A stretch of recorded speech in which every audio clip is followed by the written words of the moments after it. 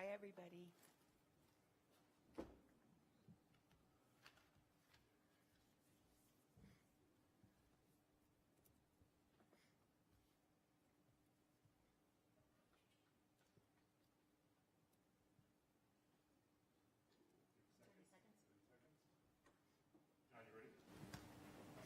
Recording in progress.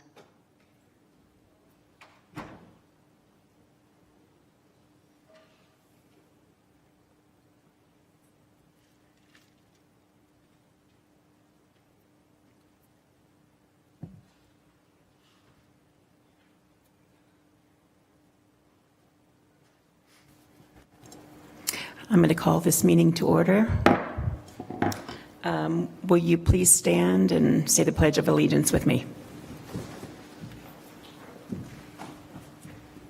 I pledge allegiance to the flag of the United States of America and to the republic for which it stands, one nation, under God, indivisible, with liberty and justice for all.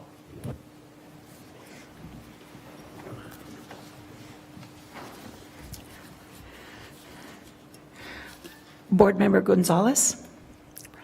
We're going to do roll call. Roll call. Present. Thank you. Board Member Taylor. Here. Thank you. Board Member Garcia. Here. Board Member McLean. Here. And I'm here also. We're all present and accounted for. Our land acknowledgement statement. I want to acknowledge that Pima Community College is on the original homelands of the Tohono O'odham people and the Pascua Yaqui who have stewarded this land since time immemorial. The practice of acknowledging the land of these sovereign nations brings to the forefront their enduring connection to this land, regardless of historical and current colonization practices. Let's also acknowledge that we all benefit from these lands on which we work and learn. We encourage each of you today to learn about the land we inhabit, the tribal communities connected to this land, and the ways in which you can contribute to restorative practices related to land and community. We only have one person for call to the audience, MLA Hayes. Thank you, MLA.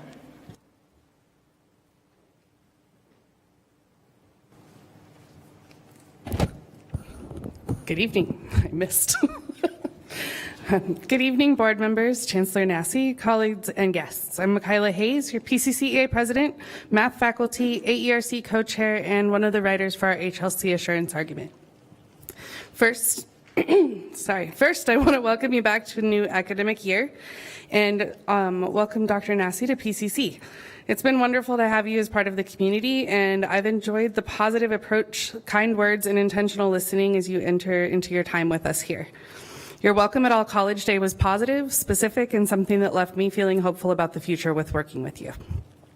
Second, to the board, I want to say thank you. Your efforts to work together and take your roles seriously have been noticed, and it was great to watch your sessions with our HLC mock reviewers and know that you are not only intentional about understanding the highest level of the work being done, but seeing the frontline employees as well. Thank you for keeping the impact to community, employees, and students at the forefront of what you do. And third, I wanted to thank Dr. Dolores Duran-Cerda for your work as interim chancellor, as well as the work you've done already moving back to provost. So we've already met and you've listened to our concerns, taken action on them, and even in this short time since the year has started. I look forward to working with you more back in your role as provost as the year goes forward. Sorry, you're behind me. As we move forward this year, I look forward to working towards the reaffirmation of accreditation, creating equitable policies through AERC, and furthering the education goals of our students. I'm proud of the conversations surrounding shared governance, and I'm excited to see where that next chapter leads us. We look forward to transparency, collaboration, and the culture of care for each other and for our students. So thank you. Thank you, MLA. Moving on to 1.6 Pima Community College Foundation updates with Marcy. Thank you, Marcy.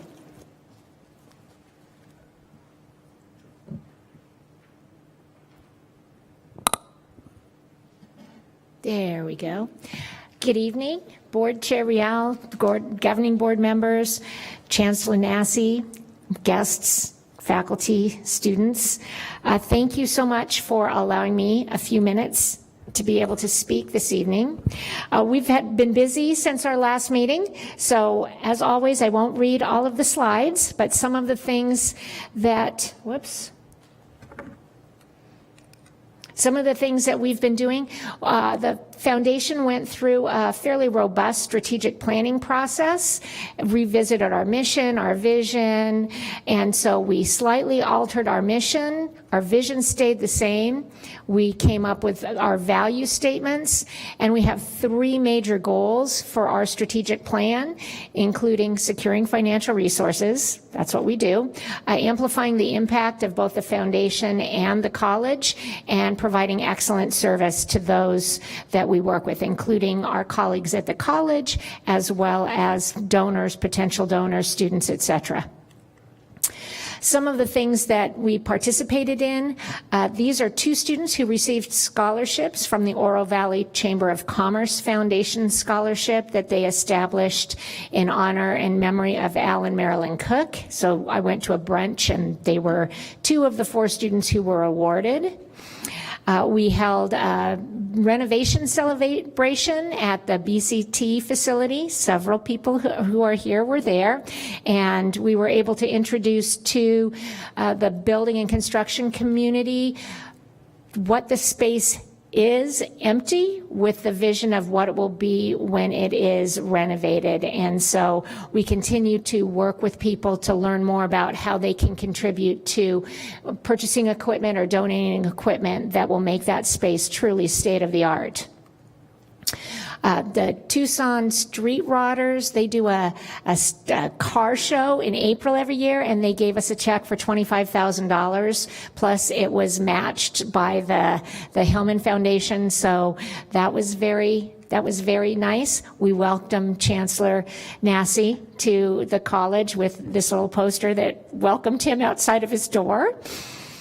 His first week, we had a press conference with Rockin' for Heroes that honored Jacob Didinger, who was the EMT who passed away a couple of years ago, and there is an endowed scholarship in his memory, and Dr. Carmona, the former Surgeon General, and sitting Congressman Juan Ciscomani were both in attendance, and as were several board members. And I think it was your 3rd day that you were there. So you had to run the gauntlet that week. We had our board orientation, and a number of administrators came and had some time to talk with our board members from the foundation and talk about our collaborative efforts and how we can, at the foundation, be more supportive of the things that are happening here at the college. We congratulated our second forward asset cohort that started in August, and the first cohort will finish in December, and so we are very excited about that. There's 21 students in this second cohort, and 16 are finishing their program in December. And all of this has been funded by Jim Click Automotive, and so we owe a debt of gratitude to Jim's staff and his funding for this program. We participated in an all-college day. I had an opportunity to speak and talk about the importance of payroll deduction. So to everyone who participates, we are very grateful. We did see a bump come in after all-college day, and so that was encouraging. And anyone who is interested, it all takes place through HR, the HR portal on My Pima, and we would love to help anyone who's interested in contributing through payroll deduction. We debuted a new podcast. We've had 3 so far. Ken Hockame was this Friday, Amber Smith, our board chair, last week, and I was the first one. And so if you're interested, they're relatively short, 10, 15 minutes. YouTube at Pima Voices, and Savannah Franco, who is a Pima alum and our marketing specialist is the host.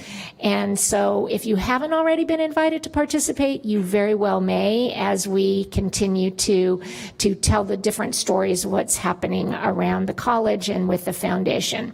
We also have a new blog. So our first one was me. I'm not really sure why it was me, but it was me. And then this week we had a blog post about participating in El Tour and supporting us through that. This is our past fiscal year from July 1, 23 to June 30th, 24, we had 659 scholarships that we awarded, and that was over $520,000 that we contributed to student scholarships directly to support individuals here at the college. In addition to that, we handed out just over $2 million in program funds. For this current year, we have budgeted $525,000 for scholarships. That's probably low given what we did last year, but when we did our budget, I didn't know how much more we had done. And certainly with some of our big contributions, like from Arizona Complete Health, we know that there will be some bumps in the amounts that we disperse this year. Our budget for programs is a little less because we spent a lot of the money that came in from the Brown Foundation, and we don't have another large gift like that at this time, so that's pulled down a little bit. And in July, we brought in about $375,000, which is a lot of money in July. And so we were really happy about that. And as of August 31st, we have over $16 million in our portfolio, and almost $10 million of that is endowed. So that is a big accomplishment for our little group. Some of the things that are coming up, we do a lot with different partners around the college with the baseball program and the fashion design, the Rotary Car Show. There are flyers. It supports Pima Start, which is at the Center of Opportunity, hosted at the Gospel Rescue Mission. Tickets are $10. It's weekend of U of A homecoming, and ticket sales are low right now, and so it's also the chance to win this beautiful car. And so if anyone is interested, please consider purchasing tickets to support that effort. We learned yesterday that in addition to being part of the NACCE conference in Minneapolis and being up for Entrepreneurial College of the Year, we are also a finalist for a $50,000 pitch competition that is also around the Pima Start, the Success Through Advanced Reskilling and Training expansion. So we are keeping our fingers crossed for that. This is our staff. You all, I think, have heard me say many times that while this is our staff, I consider all of you part of our team. We can't do this work without you. And I just sent today, this afternoon, a few minutes ago, our final position offer to fill out our philanthropy team. So we will have one additional new staff member who is our philanthropy assistant starting probably in about 10 days. This is how you can reach us. We are always happy to work with donors or talk with people at the college about what it is that you would like to do differently or do in partnership with us to help make the experience of students and our community stronger. With that, I am done. If anyone has any questions, I'm happy to answer them. I guess kind of a question or a request. I saw on your list of upcoming things a hard hat tour for the health professions program. Can someone email? I mean, I don't know if there's multiple. We're sending the invitations out to that. So yes, you will get that. All right, perfect. Thank you. Anyone else? All right, thank you. Marcy, once again, thanks for all your help for the Pima College and the foundation. We really appreciate everything you and the foundation does for our students and our college. Thank you. It's an honor and a privilege. We are very grateful to be able to do this work. Thank you. Thank you. Our next section 1.7 is summary of current events from board members. Who would like to start? I can start if we're going to go on a random order. It's been funny, it didn't really even occur to me until we were just all having these conversations that this, I suppose, technically is our first real board meeting since Dr. Nasty started, but we've had so many conversations between then and now. I felt like it's been going on forever. But an official welcome in a board meeting. We appreciate your leadership, and you know, I've had a chance to interact with some of you out in the community, or folks who have approached me, and I shared this with Dr. Nasty directly, but just to say how much I appreciated hearing how well received that your listening tour seems to have been, and that people are seeing the engaging leadership, the empathy, the desire to learn and understand, and then ultimately work collaboratively with all levels, whether it's faculty, staff, students, or administration, to ultimately benefit the lives of our students. So I've really appreciated what I've seen so far. Thank you for that initial leadership, and I'm excited to see where it goes into the future. And also, too, I wanted to make sure I take an opportunity to thank Dr. Duran Cerda, who served as our interim chancellor, and you know, I think I spoke with you about this as well, but there's genuinely no one I've met in the almost 2 years now that I've been on this board that cares more deeply about this college and the community and our students, and I saw that every day in the work you have been doing, and I'm sure we'll continue to see it in the work you're doing going forward. So thank you so much for your leadership and how much you invest in everything that we do and the mission of this college. So thank you so much for that. I guess I'll be next. Anyway, welcome, Dr. Nasty. It's a pleasure to have you. And I just wanted to state that you have my full support. So thank you again. I have no comments at this time.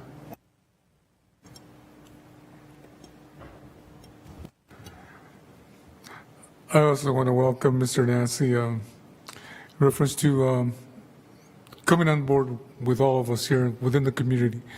I think it's moving, and it's moving to the right direction. I've been hearing it from the people and the public, but more important in reference to him being out there really engaging with the community. But I think it's something that has to be done, and he is doing it, and I really like the path that he has taken. I just want to compliment all the people at Desert Vista. We had an expansion for the child care facility out there. I think it went very well.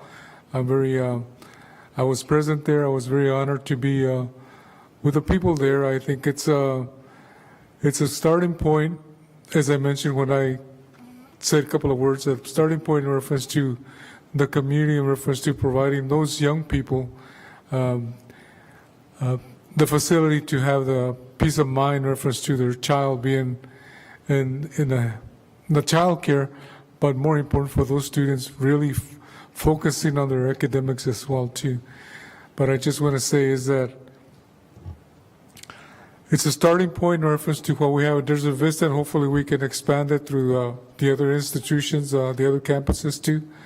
And like I mentioned, beginning with Mr. Nasty, I think it's good that you're here, new direction, positive direction. I think we can anticipate a lot of changes, and changes will be forthcoming as well very soon.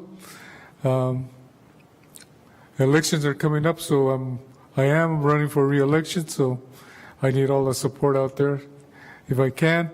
But I think it's coming back to what Mr. Nasty is doing is really sit down with him last week as well. I want to expand that, but more important to hear the community, the moms within the communities, not only at Desert Vista, but also within the community, to hear the parents, grandparents, and the people out there in reference to the importance of what Pima can offer and has been offering for the last 50 years. And those meeting dates are forthcoming soon, and we hope to make it a success. Thank you. Thank you. I just want to welcome everybody back. This is our first governing board meeting for the fall season, so we're all here for the same reason, to help students make improvements in their lives, learn new things. So thank you all for doing what you're going to do this semester. I would also like to encourage everybody to be open and receptive to any bit of new learning that you can do between now and when we go through the HLC reaffirmation of our accreditation in December. Talk with your colleagues. What do you know about the different areas that we all need to know the answers for? Let's make it fun. Let's make it happy. Let's show these people what an amazing place this is. So want to say the same thing. Welcome. It's going to be a great semester. It's going to be a great year. So thank you. Okay, moving on to Pima's Mission Moment. Our presentation this month is Phil Burdick, Vice Chancellor of External Relations, and David Donderwitz, Executive Director for Financial Aid and Scholarships. Thank you. And then will you introduce your students? We will. Thank you. Chair Rael, members of the governing board, Chancellor Nassy, colleagues, students, and guests. Really a pleasure to introduce tonight's mission moment. As you know, our enrollment was up 4% this fall, which is great news. It's the 7th semester in a row that our enrollment has gone up. And I think one of the reasons that we've had success this fall and past fall has been the work of our financial aid and scholarships area. As you well know, FAFSA was the new FAFSA form was a major issue for us. We've come before you and talked about some of the challenges that we've had as an institution, similar to many institutions, in implementing this new FAFSA form and trying to talk our students and prospective students and parents through it. And they just did not only an outstanding job, but a very patient job. They were persistent in answering questions, finding answers sometimes when there wasn't really answers to be had coming out from the Department of Education. And so thanks to their efforts, we've awarded more financial aid at this time than we did last year, despite all the effort, all the issues with FAFSA. So if financial aid, if the folks are here today, just stand up and let us recognize you for your work.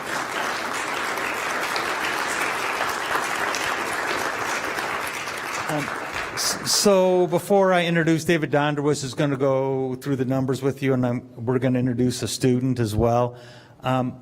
Just so you know, if you've ever been to a Super Saturday, you know, we don't get to see the work that our financial aid folks do on a daily basis, but if you go to a Super Saturday and you see the line in the library of people and families and students who came to us because they're intimidated by it. It's not an easy conversation to have.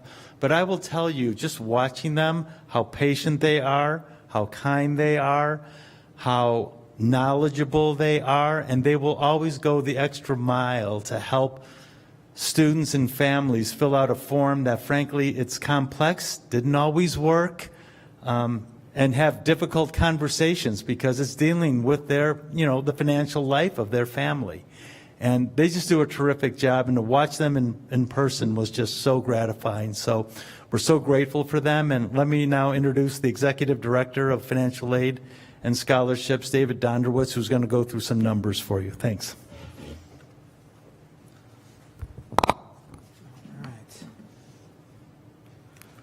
Great. Thank you all. And tonight, you know, really we get the opportunity to share some incredible accomplishments, not from just the financial aid side, but the entire institution, and then also going down to our student body. So really, I'd like to just start, you know, Phil kind of premised it already about the FAFSA. You know, there was the difficult issues that were occurring for the 24-25 rollout. But really what we want to focus on tonight is the successes that we had in the 24-25 rollout for our students and into fall of 24. So I think the last board meeting we had in June, we talked a lot about, you know, the amount of students that were going to be dispersed, the amount of money. So I really want to highlight where we're at today. So I have a chart up here basically looking at the 23-24 fall term. That's the entire term. and then looking at the first 14 days of the 24-25 fall term. So I'll start with the fall term last year. We dispersed in total for the entire term $17.5 million to about 6,500 recipients. And so as of today, as of Monday, we had dispersed $14.3 million to about 6,100 students. So when you think about that, we're about 400 recipients away from the amount we did last year, but we haven't even dispersed our loans, we haven't dispersed our state grants, and we haven't dispersed our secondary federal grant. So more aid is coming down the way, and we also have the 8-week classes starting with a disbursement. So really good outlook all in all in regard to where we're at. Additionally, of that $14 million, $12.9 million is Pell Grant funds. And last year, we dispersed around $26 million in Pell Grant. So we've already met the halfway point just within the first couple weeks.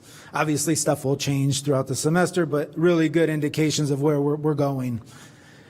As we talk about last year, technically this year, we dispersed, we're closing out the year, we dispersed about $39.1 million to about 9,000 recipients, which is a big increase from 22-23, and then dating back into 2021. I will preface these numbers, they don't include HERF, because HERF was kind of a one-time thing we do, and we can't really monitor that. But this is the 23-24 year is the biggest disbursement we've had of financial aid total since the 1920 age year. And as we look at some fun facts for the night, I'll actually go back. I want to make sure we highlight this. So even though we dispersed more money to our students, we actually dispersed less loans and we had less borrowers. So that means our students are going through and they're working with the federal work study. They're receiving scholarships. So the debt that they're not incurring that debt while they're at our institution. They're using other funds, and we're offering those other funds to our students. And then as we look across the Arizona landscape, overall we're fourth, but we are the first community college in the state with the amount of Pell Grant we dispersed to the amount of recipients. We're about 1,200 behind NAU, so we're coming for you, Lumberjacks.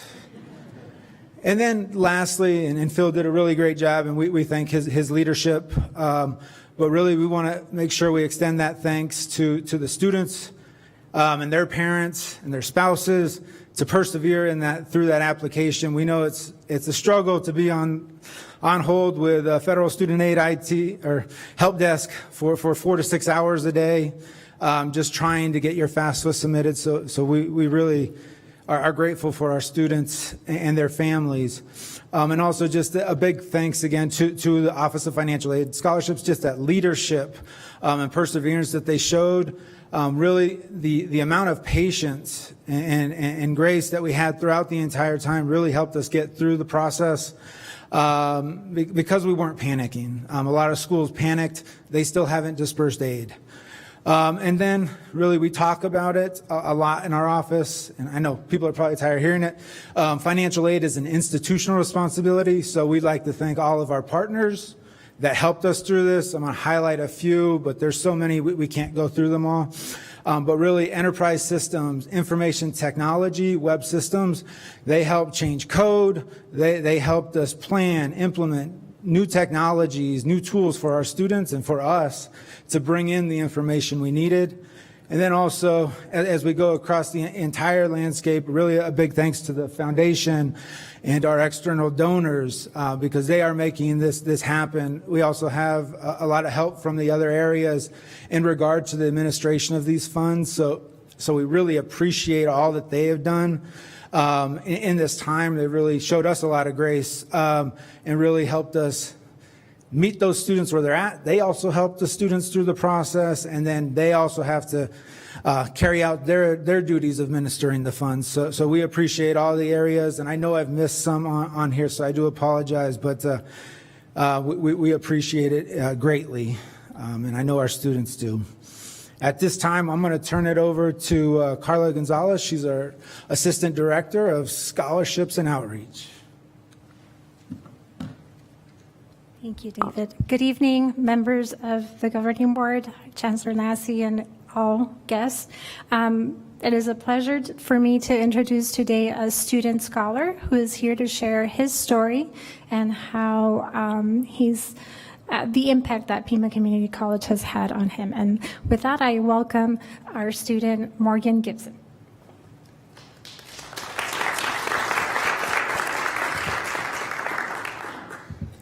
Good afternoon, Pima Governing Board members. Sorry, technical issues. Good afternoon, Pima Governing Board members and leadership. My name is Morgan Gibson, and I am currently a student at Pima Aviation. I'm here today to share my journey, how I arrived at Pima Aviation, the profound impact that scholarships have had on my education, and how getting to this school has been an amazing experience, and the effect it will have on my future.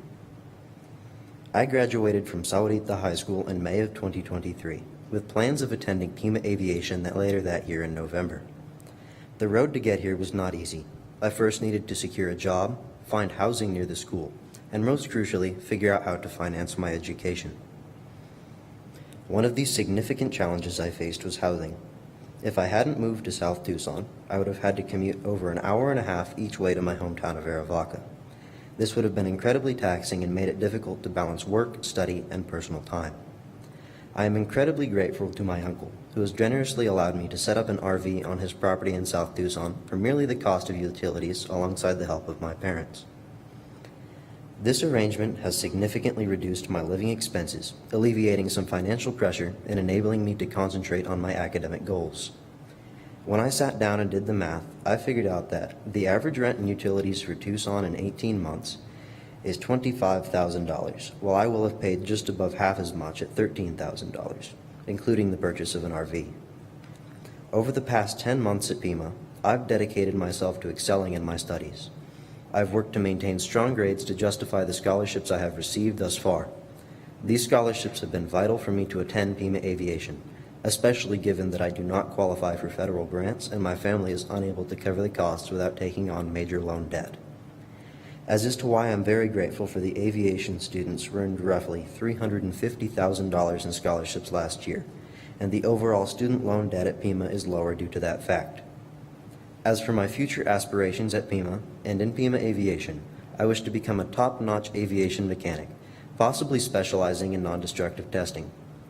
In that case, I will gain my A&P license at the end of this course and take another year of school for a non-destructive testing certificate while working in the aviation industry to gain experience in my field. I want to extend my heartfelt thanks to everyone who has supported me throughout this journey and to all of you for taking the time to listen to my story. Your support truly makes a world of difference. Thank you, and I hope you enjoy the rest of your evening.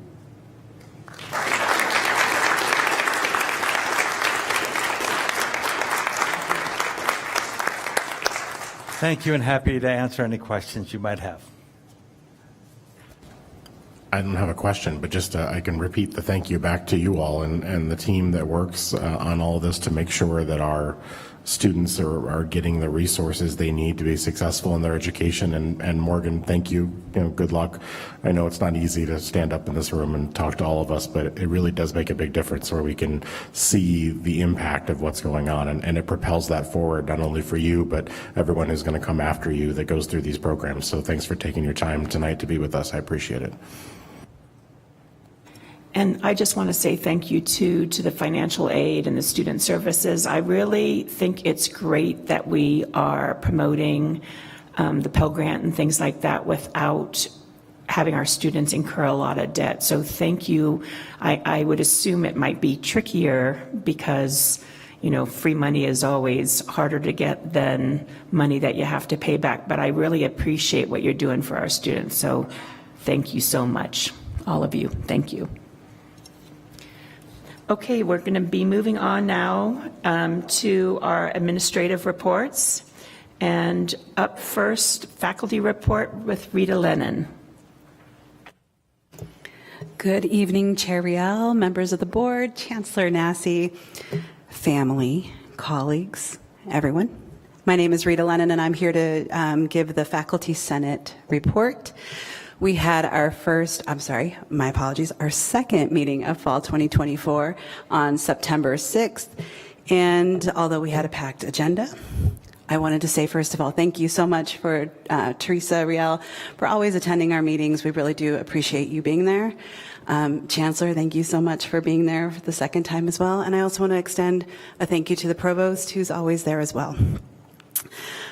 So during our packed agenda, I do want to just bring up two key points that we talked about during our meeting. First of all, we had a very good conversation about the APs and the BPs that are currently under 21-day comment. And Jeff Sylvan, I just wanted to say thank you for being there and answering all of our questions. It was probably one of the first times in a very long time that we've had a conversation so open, and lots of questions from faculty senators, as well as comments and some concerns just about how things were written. And I really thought it was just wonderful to hear from all of our senators, who are usually pretty quiet during our meetings. Speaking of which, one of the focuses for the officers this year is to make sure that we have open communication. We always have communication with our administration, of course, to ensure that we're bringing concerns, thoughts, ideas, and projects from our faculty to all of you. But we also want to make sure that we're bringing back ideas and concerns that you have to our faculty. So that's one part of the communication that we want to just ensure that we still have open. But something that we've noticed in our meetings, just the way that our agenda is set up, is we don't really have a way to hear from faculty, especially divisions or anything, as far as, what's going on in their world, what they want to tell us about. So we are going to have two things that we're doing. First of all, we're going to have a form that anyone can provide information anytime. Doesn't have to be at the meeting, but they can do it anytime. So I think that's going to be on our webpage, but it's definitely going to be on our agenda every month.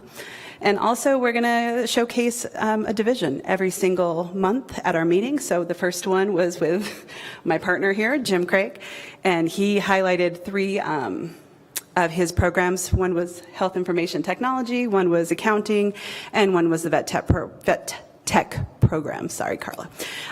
So it was wonderful. That doesn't necessarily need to be the premise for the presentations. It was a wonderful presentation. We all enjoyed it.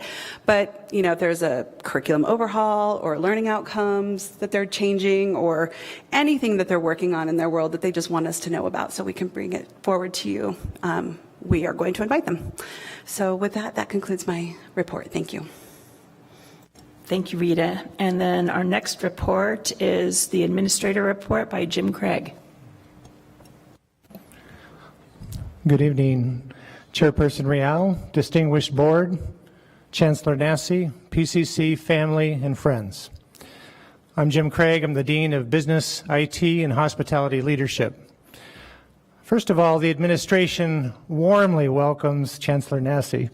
We're so happy you're here. We're enjoying your first 100 days together and looking forward to your first year and many years to follow. So thank you for being here and just welcome. Normally, we'll have several great things to share in this report. As an example here is the Arizona Association for Lifelong Learning Awards. Our adult education program is amazing, and you can see all these incredible awards that we won, including, of course, our award-winning iBest program that we're so proud of. One of the things I wanted to highlight tonight is the All-College Council. Just as a reminder, the All-College Council is established by the governing board as an open communication model involving all college groups, which, number one, provides input into decision-making based on critical analysis, ongoing inquiry, and continuous improvement. And two, is focused on the welfare and mission of the college and on student success. The model emphasizes contribution, cooperation, collaboration, civility, transparency, and respect. The All-College Council serves as an advisory body, making recommendations directly to the chancellor. This is a very powerful organization. It really does include all the college groups, faculty, senate, student, adjunct, staff. We even included an AERC representative last year, so we have a direct connection to AERC as well. and so we're very excited about that. We are waiting for the new student senators to be established before scheduling the first meeting, but that first meeting should be sometime in October. I've been elected as the new ACC chair, and Phil Burdick will continue as the executive administrative sponsor. So we look forward to working with Chancellor Nassy on this very important council. And that's the end of my report. Thank you. Thank you. And then our third report is from Sean Mendoza for the adjunct faculty, and I believe he's on the Zoom. Hi, Sean. Hi, how you doing? Excuse me, Chairwoman Rao, Chancellor Nassy, members of the board, and honored guests. Welcome back to another semester here at Pima Community College. But before I start, I'd like to take a moment of silence for the nearly 3,000 people who died on September 11th, 2001.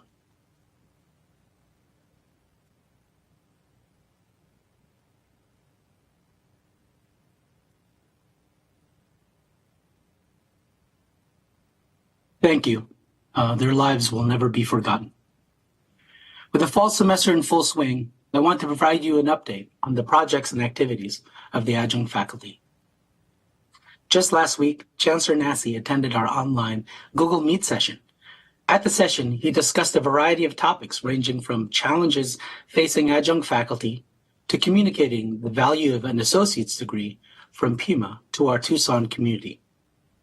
As a former adjunct faculty member at other institutions, many of my peers were very appreciative of the Chancellor's insights and his words of acknowledgement. Thank you for saying that we are seen and you see the work and expertise we bring to the college. And Chancellor, if you ever find yourself having some free time on the first Friday of every month at 10 a.m., you're always welcome to use the link to our meetings. Lastly, I want to thank the Provost's office, specifically Kate Schmidt, for her support on the creation of the Adjunct Faculty Toolkit this past summer. This new toolkit, launched on the Pressbooks platform, will provide our diverse employee group a knowledge base to submit questions and uncover answers impacting part-time instructional faculty. And thank you again, Provost Duran Certa and Kate Schmidt, for this valuable resource and your continued support. And thank you also to the board members for your continued support of adjunct faculty. And this ends my report. Thank you, Sean. Okay, we are now moving to section 2.1. I did skip it. You let us have a month or two off, and I have a hard time following the order. So thank you for putting up with me. So our report is an update with Dave B., Executive Vice Chancellor, Finance and Administration, and Brandy DeLena, Assistant Vice Chancellor of Facilities. Thank you both for being here and sharing with us. Chairperson Real, members of the board, Chancellor Nassy, colleagues and guests, it's our pleasure tonight to give you a quick update on the progress that we've been making on the Comprehensive Integrated Energy Management Program.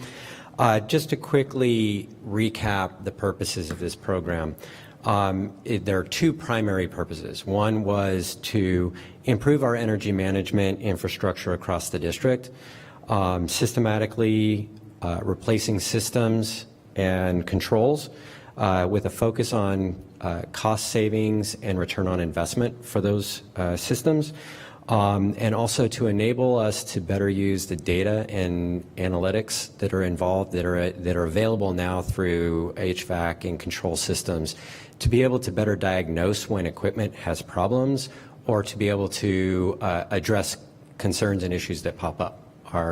Hey, it's hot in this room. We now can go in remotely and identify what might be the problem, can make adjustments remotely for that kind of equipment, and also have a better idea of what's going on, as well as diagnosing when equipment might be becoming less efficient, might need some maintenance, that sort of thing, through some of the data analytics involved. The second major component of it was the academic side, which is really to create a living lab structure where our students in the HVAC programs and BCT programs could actually take a look at the systems that we now, the systems and controls we have in place, can look at the data analytics, the data that's available through the living lab structure, the virtual living lab structure, learning what this kind of commercial high-end equipment, what it looks like, how to identify concerns, how to replace the equipment, that sort of thing. So to just quickly recap where we've come, recall that the board approved the specific projects to go forward in December of 2021. It is mostly complete, way into the high 90 percentile in terms of the systems and controls that are being replaced around the district. To give some idea of that, in terms of HVAC controls, we have replaced and upgraded more than 1,200 digital controls. We've installed sub-meters in the central plants around the district. In terms of lighting upgrades, we've upgraded 14,500 in that realm of lighting fixtures throughout the district, and replaced some major plate and frame heat exchangers at a number of the campuses.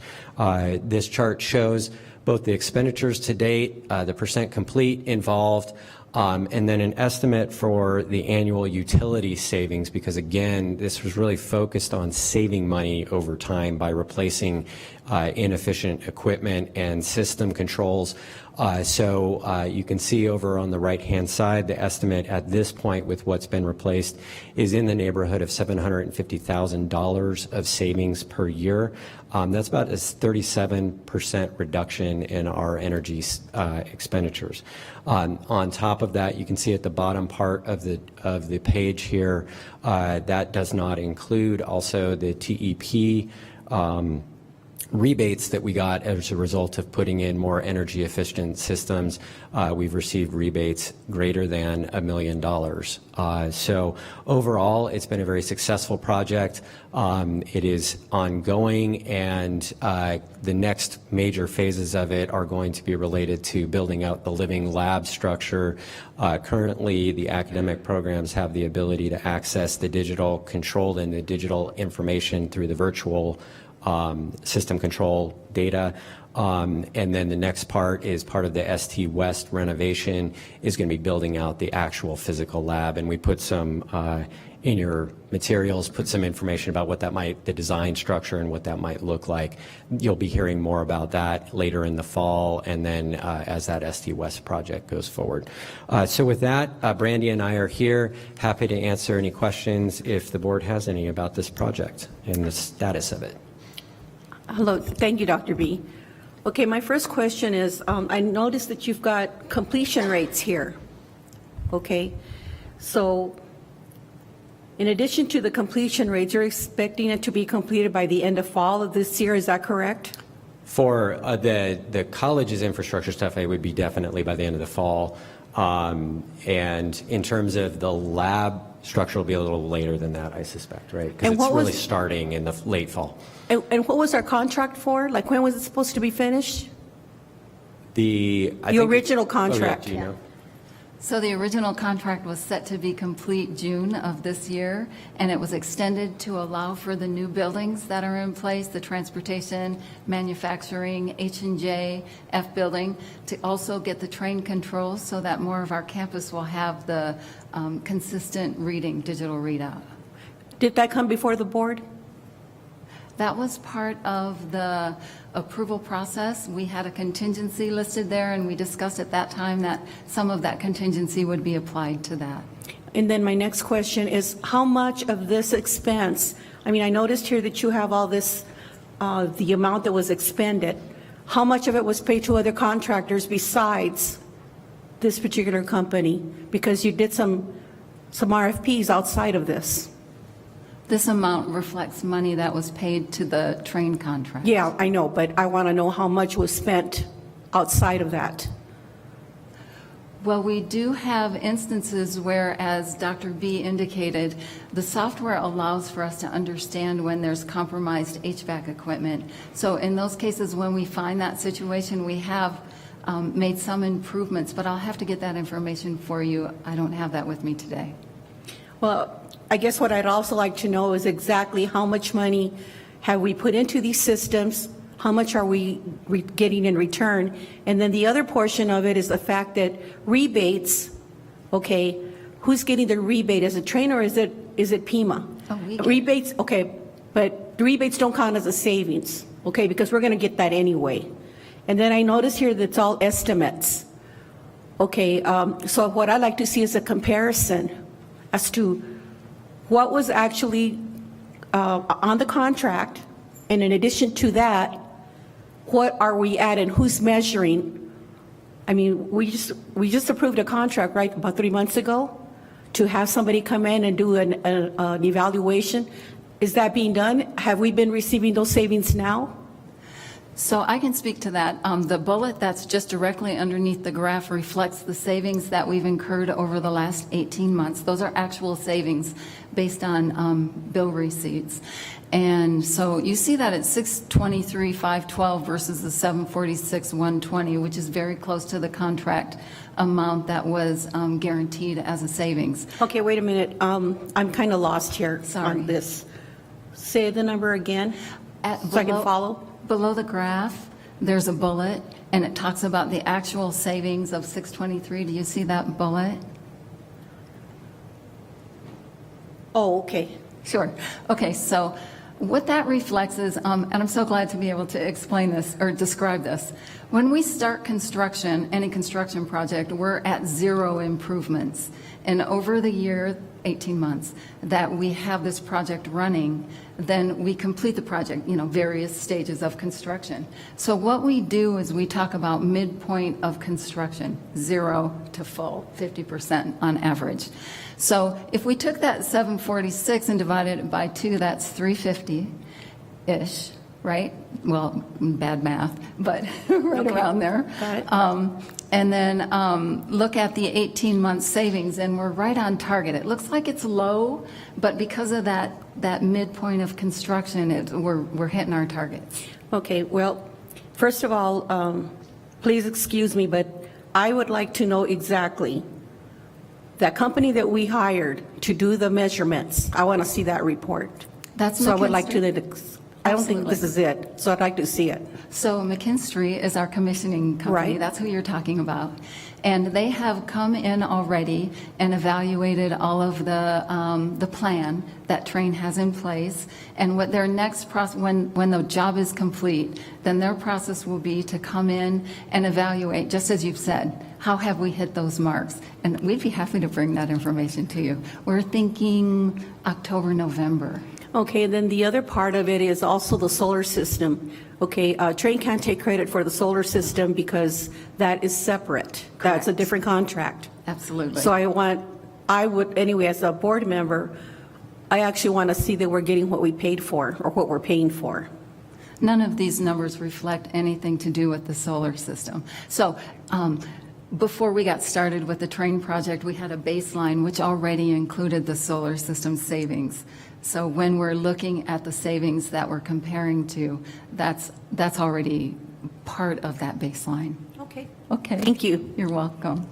Oh, anybody else? Could you just take a second and remind me on the rebate that you mentioned on there, like why did we qualify for that, or what were the factors that let us articulate more about what happened with that?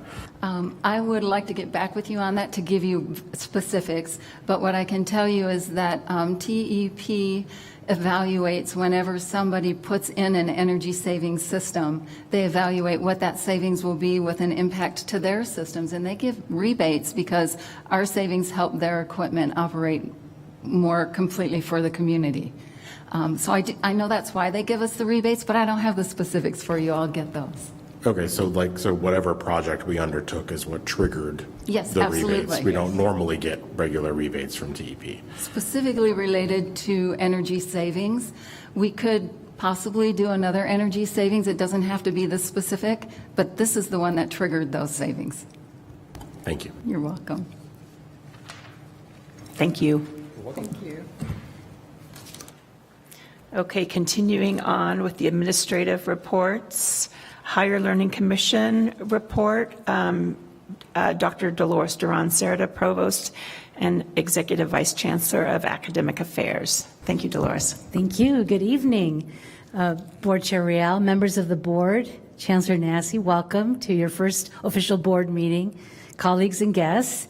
I'm here to share with you some information about our HLC mock visit that took place last week on Thursday and Friday. And that was conducted by two consultants, Dr. Susan Murphy and Dr. Jan Smith. Before I go on, though, I'd like to thank our team in the Provost's office who helped put together the mock visit, which was very complex, took a lot of detail and work, and so I'm very grateful to Wendy Weeks, Vanessa Arellano, Melissa Stoddard, and many others on the team, as well as our logistics team, and then our writers of the assurance argument and criterion lead. So a big, huge group of people who have helped us make this a successful mock visit that we had the other day. Some data I'd like to share. So back in December, we had our virtual pre-mock visit with Dr. Sandy Veltri, and we had a target of wanting 15% of participation. This was virtual. We only had 12.6. So, okay, we thought, okay, we'll do better with the in-person mock visit of last week.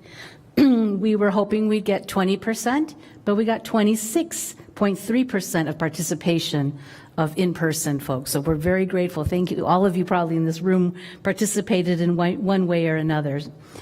So probably Dr. Nassy is going to be sharing some other aspects of the mock visit when he does his report, some positive aspects, and I'm going to be sharing some of the challenges that we're working through that I wanted to share with you and to make sure that you understand we're on it and we're getting advice from our consultants as well.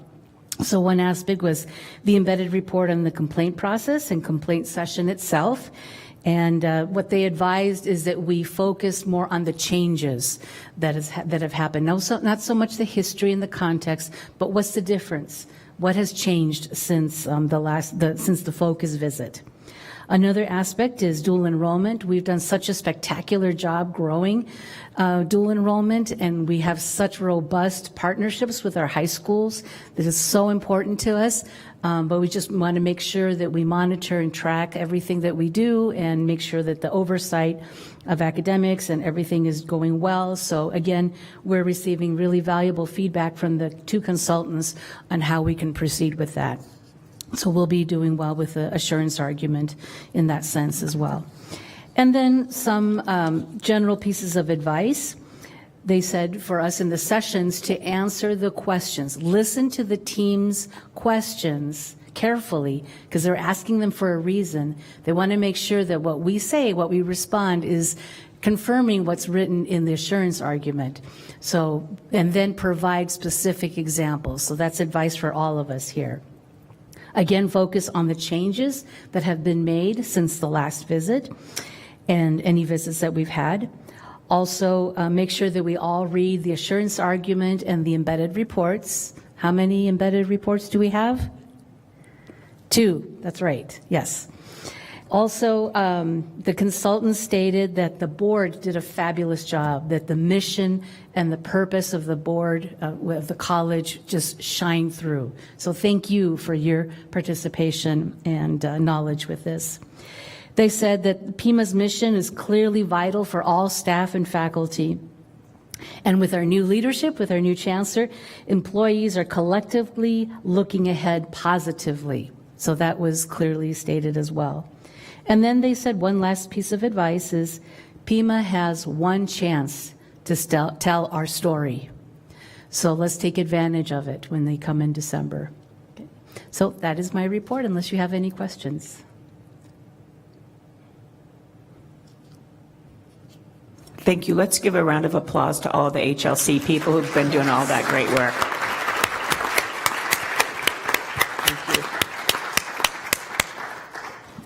Thank you, Dolores. Thank you. And our third administration report is the potential Druckmann property developer qualifications submissions. Nina Corson, Vice President of the Downtown Campus. Thank you. Good evening, Chairmember Real, Chairperson Real, members of the board, Chancellor, colleague, and guest. So I'm here tonight to give you an update on where we are with the RFQ process with the Drachma properties.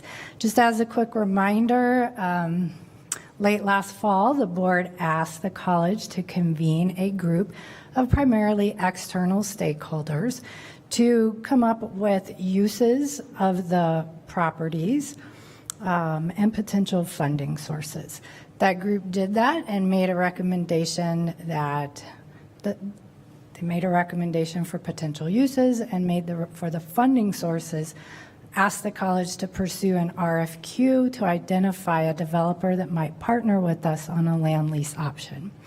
So I have the dates here. We released the RFQ on June 6th. We left the RFQ open for 2 months, 2 full months. It closed on August 8th. We advertised locally, statewide, and nationally multiple times throughout that 2 months. We did more advertising on this RFQ than we have done on anything in recent history, any kind of RFQ or RFP. We had responses. We did not have a huge number of responses, but we did have responses to consider. The group met, reviewed the proposals over the last couple of weeks, and we met last week to come to a consensus about whether or not there was a qualified developer. In our discussions, we found we really had more questions, and so we compiled a list of questions and sent them back to the proposers, and those responses are due this Friday. So that's where that stands. The group will reconvene next week, review the responses to our questions, and determine or make a recommendation to the board about whether or not we can move forward or not with this process. Questions? Okay, thank you. See you again soon. Thank you. Okay, and now moving to section 2.3, the Chancellor's Report. First time you get to do this. All right. Welcome. Thank you. Thank you, Madam Chair, members of the board, certainly colleagues, faculty, staff, students. I think the student left, but any students that are out there listening, thank you so much. First and foremost, just want to express my gratitude for everyone's support as I look out into this audience and certainly up here on the dais. Everyone's been so supportive as I've made this transition, and how honored I am to be joining such an outstanding organization, great people, dedicated people, and a wonderful community. So it's been just great, and I just want to express my gratitude. It's about a month in my first 30 days here as Chancellor. I really wanted to be strategically attentive to learning, listening and learning for me in terms of course, keeping the trains running on time and setting some expectations. But I knew I had a lot to learn, and so I've really been intentional around that. And as you know, that's part of my plan here in the first 100 days, the listening, learning, and leading. I've conducted 26 listening and learning events over the last month. They've all been great. In total, I've engaged over 800 faculty, administrators, staff, and students. Of course, I visited all the campuses, our centers, to gain a deeper understanding of our institution, and that's been wonderful. We're doing some great work here, and I want to congratulate the entire community board all the way through for the great work happening here at Pima Community College. I've also met, of course, community members, 100 community, business, education, and political leaders, which I think really lays the groundwork for future partnerships and collaborative efforts. Again, want to extend my personal sense of gratitude for the board. As Board Member Taylor mentioned, I know this is my first official board meeting, but I feel like I've had 30 board meetings in some sense, and I appreciate that for your ongoing support and guidance. Really, your commitment has been instrumental in allowing me to listen, learn, and lead with the vision of an impactful and that's ultimately what I want, right? A highly impactful and effective Pima Community College. Looking ahead, I want to follow through with this plan and remain focused on translating these conversations, of course, into actionable steps that will support enrollment growth, improve student retention, and I hope will foster an even stronger connection between Pima Community College and the community we serve. So I believe we can continue to build momentum to that end. I did want to touch on, even in this first 30 days, as our provost mentioned, Dr. Duran-Cerda, the entire team, as you mentioned, around the Higher Learning Commission accreditation. I think it's a huge part of what we do, right? It's an opportunity for validation and always continuous improvement. In talking with the consultants and the representatives from the Higher Learning Commission, our team, a couple real positives. The assurance argument in itself, congratulations, that is not an easy document to put together, but they have all said that evidence, the way it's been composed, are very compelling, with great participation from around the college, from employees, and that has really contributed to the strength of that assurance argument. As the provost mentioned, very pleased with the board and their alignment and all around, right? Pima's mission to support students was passionately conveyed across the college, and the governing board's purpose was clear during their session here with you, which was great. And overall, participation and preparation, strong attendance, active engagement. I got a chance to engage with them a little bit from a variety of departments, was well prepared from the responses for key personnel. So that was the practice visit, right? And so that gives us an opportunity to be even more prepared, of course, in December. So we'll continue to focus on addressing those challenges, as the provost mentioned, and improvement. Also, enrollment. I know we haven't had a board meeting since June. I did want to take note of the summer enrollment, right, which closed, a 6.9% increase as compared to last summer, and enrollment is really something I want to congratulate the team. That's really a bounce back summer for us. You heard from Phil on our efforts in the fall, a 4% increase, 1% increase in headcount. And the FAFSA, I really want to congratulate that financial aid team. As we look around the country, and even here in the state of Arizona, a lot of colleges and their students were impacted by the FAFSA at no fault of their own, right? The federal government, there were some challenges there, and this team really labored, I think, to make that happen for our students, and it's paid off. And so I want to recognize that great work. So I'm looking forward to continuing, and I think we've got a lot of great work to do, and eager to make that happen. So with that, I will conclude. Thank you. Thank you, Dr. Nassi. Section 3 is all informational items, a lot of tidbits there. You can read through that on your spare time, and we're going to move to the consent agenda.